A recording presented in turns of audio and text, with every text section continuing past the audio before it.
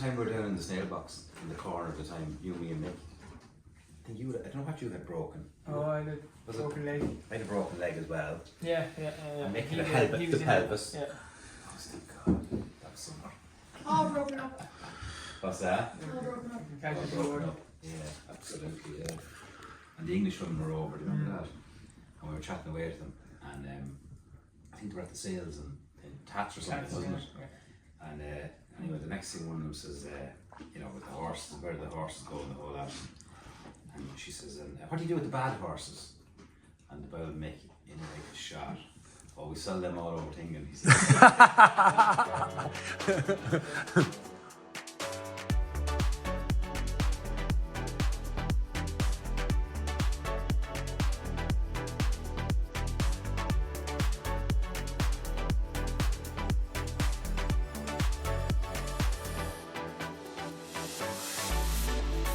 And on the outside, East and Gale, they rise to it together. Papillon, East and Gale. No sense, Papillon, Bobby Joe rise to it together. Papillon the far side, Bobby Joe the near side. They're locked together, clear the full finish. Bobby Joe and Paul Carberry on the near side, forging ahead. Bobby Joe wins of the Antler Challenge, bringing it back after 11-year kind of absence. And I suppose really, I think a lot of people want to know is why it's coming back. What was the passion? What was the reasons? A couple of things, Johnny, really. I had an entry in for the previous Antler that got cancelled. And, you know, God, we were looking forward to the time and it just didn't materialise. And I went to the Golden Button then. And my horse, I thought at the time, was a real good horse, which he was, to be fair. But I fell at the third, through no fault of the horse, but I did fall at the third. And I was often thinking after, God, I really regret it. I would have loved to just got the spin. But, so, I suppose, look, I'd have my own reasons for the Antler. The main one, I suppose, ultimately is, I'd feel very strongly about kind of the countryside and the country way of life and that type of thing, and we're getting bombarded every other minute of the day with, you know, different sort of things in the world that there wouldn't be aligning with our way of life. Yeah. And this is a way to just kind of, you know, demonstrate a little bit about what country sports are about, and you know, let people get out there, come together. If they want to participate, fantastic. If they want to come and watch the spectacle, even better again, whatever. And just, it's a great way of getting people together. Yeah. And as I say, just enjoy the countryside, the lovely countryside. To you, Paul, then, I mean, you've done the Golden Button, and was that influential of kind of bringing it back to Ireland originally, the original dates? I done the Golden Button years ago that was on the New Year's Day when I was cancelled, and it was after January sometime. I was suspended at the time, so I was able to do that. Luckily enough, and I got a horse off Brendan Powell and it won, so it was great. Yeah. Great day out, but I never done the Antler because I was still riding at the time and it was on Sunday, so didn't get to do it. And we quite pally with Joe, and we were always talking about the Golden Button and the Antler Challenge and that, and then he got this farm and then he approached me about it. He said, "We'll come up and have a look at the course." I thought it was fantastic. So Your eyes lit up like. yeah, exactly. Yeah, it looks brilliant, and the course looks as if it's going to ride beautifully. So. And I think that's a good thing. And why did you feel the junior race was going to be part of it? I suppose It spreads out today because you have two. Yeah. You're not coming for one main event, so you have the two, and the juniors need to get a go as well because it's not fair they wouldn't be able to do the big one. So Yeah. you have to have a little gate there for something else. Yes. You have to give the kids, you have to give them the chance because, you know, I mean, the opportunity for them is as important as the opportunity for the adults. Yeah. And like you'll see some of the kids, I promise you, like I'm talking to a lot of the adults and, you know, they're kind of going, oh God, you know, like it's a good old test and I'll be looking to get around and whatever.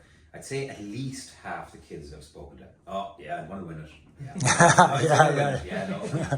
I mean, it's brilliant. Yeah. You can't beat that Yeah. kind of natural enthusiasm and confidence that the children have. So let's try and enforce that for Encourage them. it, like, You know, yeah, encourage yeah. it, exactly. Yeah. Exactly. There's plenty to do for the vast majority of people. Yeah. They can go hunting any day. They can hunt Yeah. a trial. They can go down to, you know, purpose-built tracks like Carlinstown. So like the vast majority of people, there's loads for them to do. But for those guys and next girls, notch up. exactly. Yeah. and that's It's a just- challenge. I mean, it is yeah. a challenge, and that's Yeah. Yeah, because there not was a hunter tribe. I suppose there was talk that the course was big, it was strong, and that is too much of a test. But I think that's the beauty about it. This is not a glorified hunter trial. This is a proper challenge for horsemen and Girl who worked for horsewomen. me came the first day we were here with the horses, and she turned around after. That's what I'd expect from a ward union kind of thing. She says, and that's what it is. That's what it is. Like, yeah. Okay. Like the irony about it is really that it's like as people have walked it a couple of times, their perception has changed. Yeah. They're feeling more. Yeah, I More think I confident. could get around this. Yeah, Like, I could get around it. first impression is ooh. But it's always like that. Any course you walk, even when show jumping around like that. But when you're on a horse, it looks so much different and it's easier. That's what I said to anybody. Just if you go up and ride a horse, jump a few ditches beside it or that, Yeah. you get to feel it, and you realise that it's not going to ride. It'll ride lovely. Right, okay.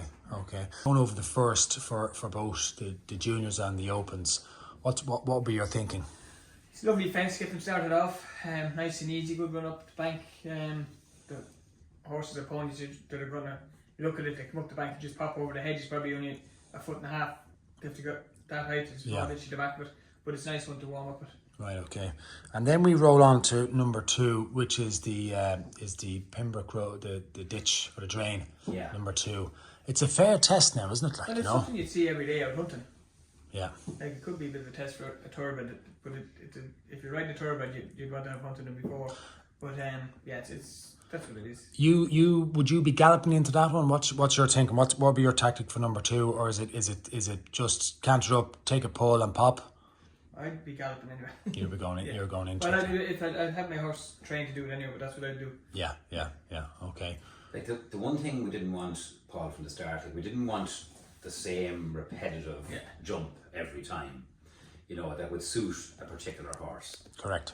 It has to be like, this is the hunting country. Like Paul was hunting the other day, just literally across the road. Like, I mean, this is the hunting country, and like there's drains, there's hedges, there's gates, there's everything, and we wanted to try and get that reflected in the course. Because there has been people have entered and then actually had kind of pulled out due to the fact is that there was drains and ditches, which is in a way is that the other side here. So. yeah, but that's showing a proper horse is needed then. Yeah, exactly.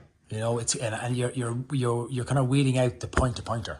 Yeah. That just horse that's just going to go And it's for not gonna be- speed. It's not going to be a speed race. Like, you have to have brains, look after your horse, and just you have to ride every fence. Because everything's different. It's interesting as well the amount of people that have walked the course, and you know, if you're talking to them beforehand, I'm going to do it on such and such a horse. Yeah. And then you talk to them maybe after the walk and go, I might not ride that Yeah. but I'll ride the other lad, you know. Yeah. It's just they're I think The that. other one, the drag one out of the field. correct. Yeah, literally. Yeah, exactly. But you're right. Exactly. The horse with the speed is not going to win this. That's not going to win you the race. No, you need the one with the brain. Yeah. Bit of staying power. I think that's what Jim Draper had kind of said. It's hard and something knows his job, like, isn't it? You got the rail in then as well. Paul has jumped plenty of them in his time. Yeah. It's Straightforward, pretty like- standard and Like straightforward. every hunter or horse should be able to jump that anyway. Comes on to a number 5 there, the hedge. It's the same, similar to the first. Yeah, Yeah, there's a bit of a drop it up, but Yeah. a bit of a gallop into it then. Yeah. You know.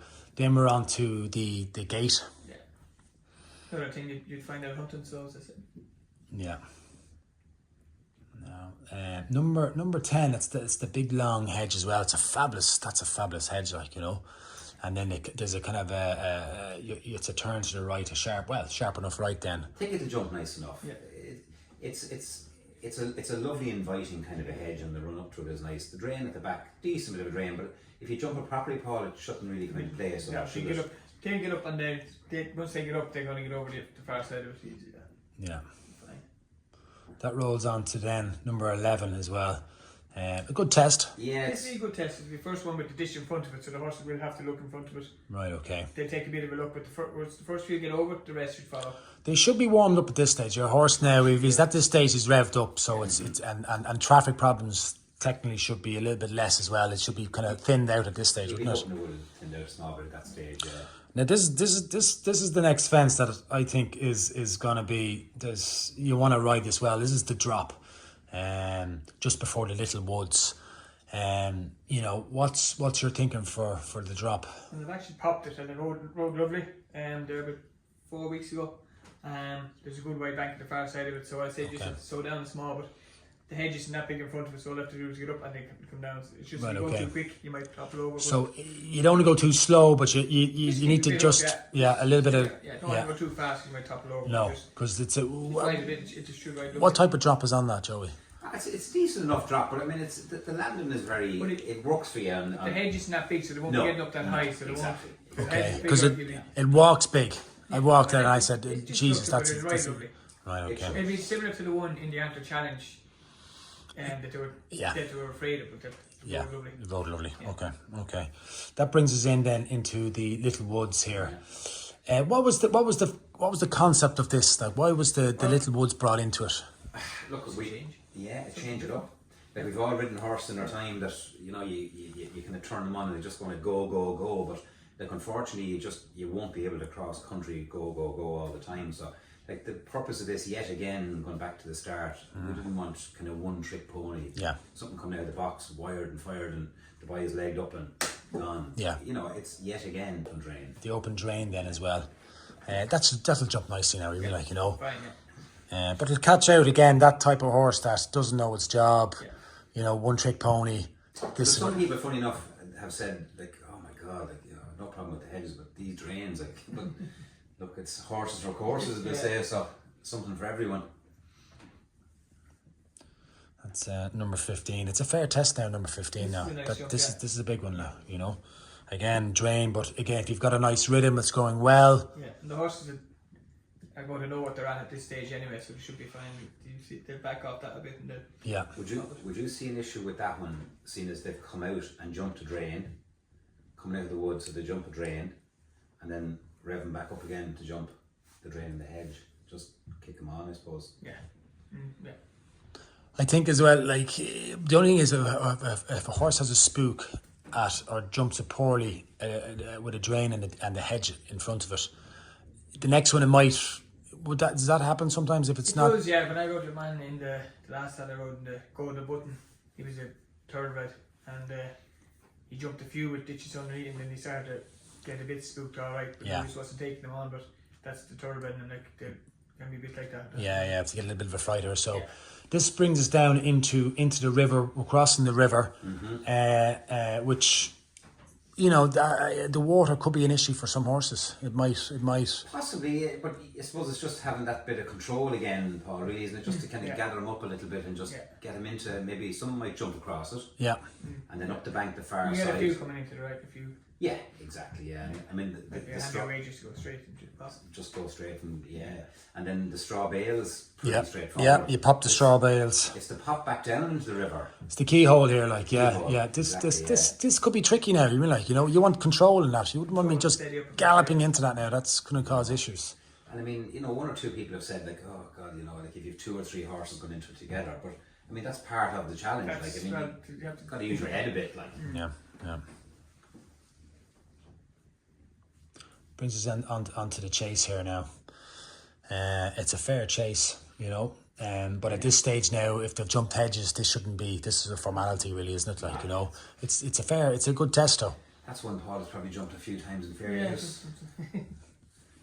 That's one of the. The jumping gets good from here now. Really nice, inviting jumps down from now on. 21 there, big again. But your horses. Not big, just it looks big from there, but you're going from the lip to the thing. You're only jumping 2-3 foot, so you don't have to be up that big. 20, that'll jump really well. Like, literally, when you come out of the river, you know, there's sort of 7, and you're just kind of going popping. If you got into a bit of a rhythm there now, you should be quite fun. There was one there now. We might come back to it in a bit, but there's another. It's a hedge, but it's got 2 little areas on both sides. Yeah. It's a big drain. You know, a little hit. Now I heard Gavin Cromwell was saying that if he had enough pace, he could take the whole lot on now. I'd like to see him do it. I think you're better off jumping the hedge if I was going well enough. Would you do the whole thing, would you? The thing, yeah, because you're getting up and they're just going to jump out. I Right. think the other way they're going to spook when they look at the ditch and they won't be as fluid. Yeah. If you're going well and you're travelling well, just If jump you ahead. if you'd a proper if you've got petrol underneath you. Yeah. Yeah. Pop that. Okay. You have to remember Gavin's not doing it now, so fair play. Gavin. Yeah. This brings us on to I think it's 25 or so, is it? 25 there, yeah. It's again, it's a big test. Now Barry Garrity was quite impressed with this one, like. Yeah, but it's like you can see if you go back to it that it's not a tick push. You will get through it. So Yeah. It's not massive on that one either. I suppose it depends on what fuel you have in the tank as well, Paul, doesn't it? At that point? exactly. Yeah. But if you got this far, look, that's not going to bother you. So yeah, this is the thing then as well. If you're running low on juice, and you're nursing them home, you still need to have a commitment to these hedges, isn't it? Like so. Well, you need to be clever, like to give the horse a bit of a breather. Yeah. In between every, if you feel him getting tired, don't be kicking on. You better save rather. Save. Yeah. Just like the same as the days out hunting, really, isn't it? Yeah, absolutely. You know, Like, yeah. You get a spin, and you just next thing the horse are standing around, next thing off you go again, So you got riders maybe with hunting. You always know that you're going to come to a ditch. You're going to get a breeder. It's almost like a natural stop. Sure. Where you got riders here now and it's go, and So you might possibly lose the run of themselves a little bit. I always see when you're out hunting, the next thing you get a bit of run. Some lads would be kicking on, but I never would go flat. We're always saving. You're don't know how far you're going. Yes. Yeah. And this, you know how far you're going, so you have to save. They would be kicking on to where Yeah. getting the run themselves. And this brings us. Then this is the family, the Moore family hedge. The last. It's a fair test again. Like it's not a. There's a bit of jumping in that. Like. Yeah. Well, it's the same. It's right lovely. It should ride That lovely. bank is taped off there, and it'll Yeah. be fine. It's the last. It has to be a reasonable test. And horses, I know they're going home as well, isn't it? Like they're heading in the right direction. Like. Yeah. You might get them. Should be good atmosphere there because away to the right hand side there there'll be a decent crowd watching there, and we've got the large screen obviously on the right hand side there for people to watch the race as they're going around, as it's going around. So that should be a bit of fun. I mean, the lead horse, and then the boat juniors and opens will follow that lead horse, and that'll be their warm up before they start. So it'll be like at 1:50 or so, 10 minutes before the starting point. I think that's the plan, is it, guys? That's the plan. Yeah, no, I mean you can't have horses coming out of the box and kind of stand around and expect them to go cold and start jumping. No, it'll be an organised sort of a. They'll have a little small hedge, maybe a small little ditch to drain. There's a warm up jump there as well. If you want to scoot over that, there's no problem. We bring them for a bit of a run, get the blood up a little bit on them. And the idea would be to come back and then pretty quick then as soon as we get back, a bit of organising. And The starter on the day, who's looking? Brian Beggin's looking after it. Okay. Very experienced. Yeah, super. Darren's going to blow them off with the bugle. Yeah. Perfect. Okay, super. Just really want to thank everybody all along the line. I mean, there's been massive work put in by the club, getting the course and getting the sponsorship and getting all the organisations involved in it. I mean, there's been a great team involved in the whole thing, and like all we want now is just everyone to come on the day, enjoy themselves. We're hoping for a little bit of drama because that's what people want. There might be some bragging rights. I know there's one or two lads coming to see how other guys do, and but that's all right as well. So I'm just hoping everyone enjoys it on the day and has a bit of fun, bit of a laugh. And Everyone's home safe. a few pints at the bar there, a couple of jars, a bit of crack, and Yeah, that's what I said. We should call that bar a bit of crack bar because I've seen a lot of people. I'm here for a bit of crack. I just said to Raymond something there earlier. I hope he leaves it there until next year. Familiar faces set to take part, including professional jockeys Paul Carberry, Eddie Ahern and Davy Russell. After a gentle hack down to the 3 mile start, riders were keen to get in a few last practice jumps over the first obstacle, the square bale. With event organiser David Red was on hand to ensure everything was in place, last minute tactics discussed, and guest starter Richard Dunwoody getting into position, all was set for the gruelling gallop across the banks of the River Severn, negotiating 24 daunting jumping tests in the heart of Ledbury Hunt country. Calling them home was Mark Johnson. Starter Richard and Woody is calling them forward for the fourth running of the Hayes Golden Button Challenge. Couple of this massive field at the back, but he's dropped the flag and they're off and running, and Simon and Davy Russell were the first to break the line, taken on by, on the inside, Paul Carberry with the white face blaze ahead as they go over the first. One of them prominent has gone, and also down at the back I can see Harry Wallace has come to grief on Blackadder, so winning point-to-point rider Harry Wallace down at the first, but he's very quickly remounted. All that time spent in the Pony Club is not put to waste. They're going now to the split hedge and fence, which is fence number 2. And once again, Paul Carberry very prominent as one of the loose horses has taken out one of the gates in the centre of that split fence, but they all appear to have got over the second, and they go out into the country. Onto the big ditch, fence number 4. They're fanning out now to get a good sighter at this fence. Blaze ahead, Paul Carberry putting the brakes on there and has banked the hedge. And behind, Simon has refused and has thrown Davy Russell. Simon is running loose and it looks as though he's about to go into the River 7. Davy Russell is up okay as they go over fence number 5 and across country out now towards the 6th, another hedge. Split rail and hedge coming up, and it's Zoe Gibson and Piper who are going to lead over that. Jump it really well too, and the one who's just taken out the top bar once again was Blaze ahead, and Paul Carberry in 6th just hunting up the leaders as they make a slight right-handed turn. 1/3 distance and already plenty of loose horses, and a dangerous point of the track now as we go through the chicane, through the gateway and away to the right. Then immediately it's left hand down, boys, and swing out away towards the far side. All the leaders have got through safely, meandering their way through, but slightly hampered by a couple of loose horses, and out now towards the second of these 3 miles.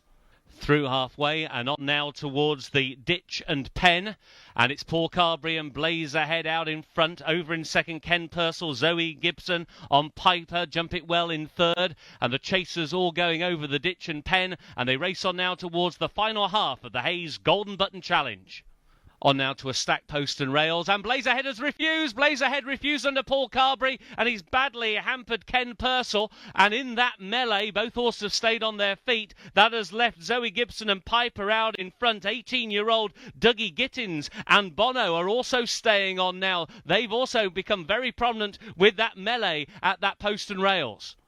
On the downhill sweep now towards the final mile, and still Piper and Zoe Gibson out in front. But here in 4th, a remarkable recovery now by Blaze Ahead and Paul Carberry. Grand National winning jockey. Paul Carberry just doesn't know when he's beaten. He's flown over here especially for this ride. He's cut the corner at the top of the hill, and remarkably Blaze Ahead, who was balked and refused less than a mile ago, has now taken the lead with 3/4 of a mile to run in the Hayes Golden Button Challenge. Paul Carberry out in front, and now back to 4th, the long-time leader Piper. Haxton is beginning to stay on now for Yvonne Goss, but racing down towards this very big hedge. This is the Ledbury hedge, and it is Paul Carberry out in front on Blaze Ahead. The 5th from home is the post and rails, and the 2007 winner Worldwide Web is out in front. He's in tight, he's crumpled, he's down. Worldwide Web has fallen under James Ridley and has left Blaze Ahead and Paul Carberry out in front as they go now towards the 4th from home.